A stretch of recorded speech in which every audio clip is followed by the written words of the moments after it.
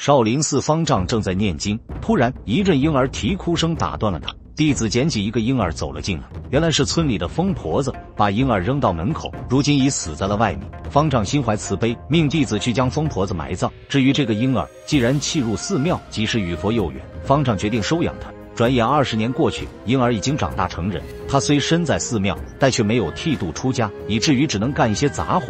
因为他无名无姓，别人都叫他小疯子。小疯子心性单纯，师兄们总是欺负他，经常以偷懒为由，在方丈面前打他的小报告。小疯子也想习武，可却没人愿意教他，他只能一边干活一边偷学一些招式。方丈将这一切看在眼里，决定亲自传授他一套18罗汉拳。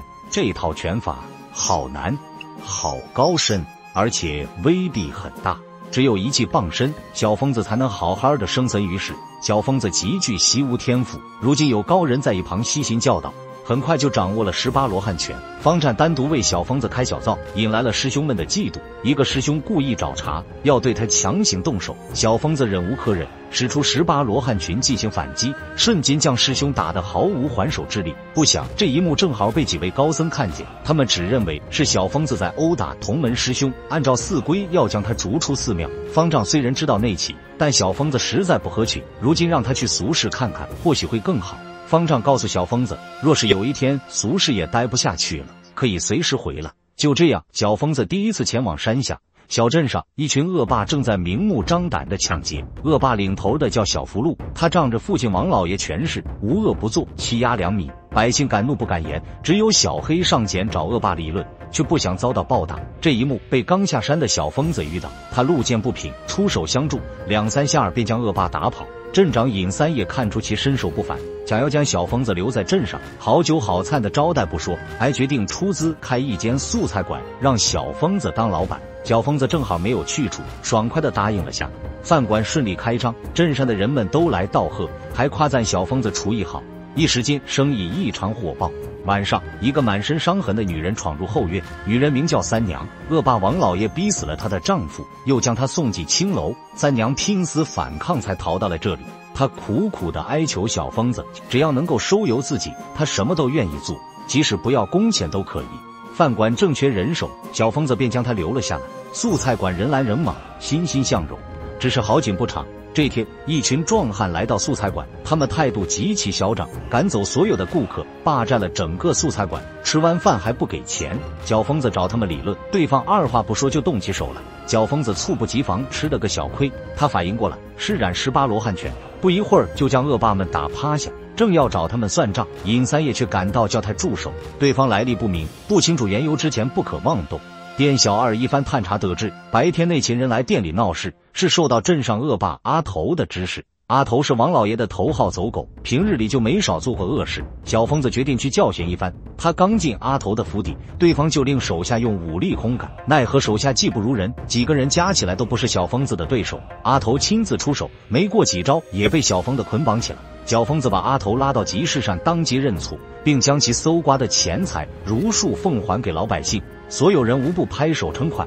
恶霸王老爷听闻此事异常震怒，手下又告诉他，此前在青楼逃跑的三娘也在风和尚的素菜馆里做工。小福禄暴跳如雷，当即就要去抢人，毕竟姜还是老的辣。王老爷知道和尚武功高强，明抢不行，要暗中操作才有胜算。他派出手下在深夜掳走了熟睡的三娘。次日一早，小疯子发现三娘不见了，他立马带着三娘的儿子小三前往青楼找人。果不其然，三娘被捆绑在房间里。小疯子将青楼打手一一击退，三人全身而退。小福禄气疯了。自从小疯子来到镇上，王家的地位已经受到了威胁，如不将其解决，后患无穷的。王老爷却异常冷静，小疯子武功高强，要对付他必须软硬兼施。王老爷命手下发出请帖，将小疯子请到府上做客。老王开门见山，声称自己有一批私盐想运到临县，想要低价销售以益民生，只是运输途中怕有人抢劫，所以想请小疯子来做保镖，造福百姓当然是好事。小疯子欣然答应。贩运私盐可是死罪，老王打算趁机将小疯子法办。所幸小疯子早已识破老王的诡计，于是来了个狸猫换太子，当官兵半路拦截要验货时，袋子中喷出的却是猪尿，官兵被溅得满脸都是，羞愧地回去了。小疯子又做了一件善事，为了彻底留住他，尹三爷和镇上的老人想为小疯子和三娘做媒。其实小疯子早就有意三娘，虽然三娘是寡妇，还带了一个儿子，小疯子却觉得自己赚了，买一送一，刚洞房就有人叫爸爸，真是划算。两人很快成婚。对了，三娘，洞房是怎么回事啊？猪叔不知道。别嘿嘿，你骗我啊！呵呵，你以前嫁过丈夫，洞过房，你怎么会不知道啊？你真讨厌！老王听闻此事儿，先是诧异，随后便心生不妙。小疯子要是在镇上落地生根，以后哪还有王家的出头之日？必须要想个办法斩草除根。于是他花重金请来了杀手梁山药，此人心狠手辣，甚至连自己的亲娘都敢杀。梁山药来到镇上，先是对小孩动手，当街掐死了继子小三，给了小疯子一个下马威，痛失爱子。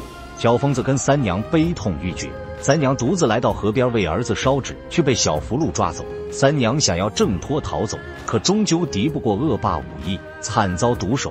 接二连三的噩耗无时无刻都在刺激着小疯子，但他生于佛门，意识里只有大慈大悲，完全没有想过大开杀戒。最终小疯子还是选择了隐忍。血气方刚的小黑看不下去，愤怒地冲进了王府。小黑多少在小疯子那里学到了一些本事，一招一式打得有模有样，轻松解决了家丁。可他不知道屋里还有一个杀人狂魔，小黑怎么可能是他的对手？几招过后，杀手就使出邪中暗器，一刀刺破小黑的肚子。得知小黑惨死，小疯子这才意识到，一昧的忍让不会得到海阔天空的，只会让对手更加的肆无忌惮。他愤怒地拉断佛珠，扔掉禁锢，杀进王府。王府的家丁就如同杂鱼一般，很快被打翻。杀手和小疯子正面交锋，几招过后，发现对方功力极其深厚，杀手自知不是对手，想要故技重施，不料小疯子轻松躲过，自己的尖刀直接插进了柱子。小疯子趁机打折他一条腿，再一记佛度莲花座将其超度。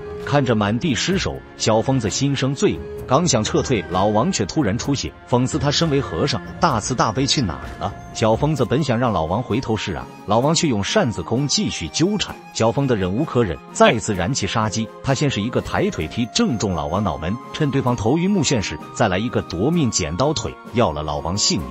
解决完全部恶霸，身心疲惫的小疯子重新回到了寺庙，只有这里才是他最终的归宿。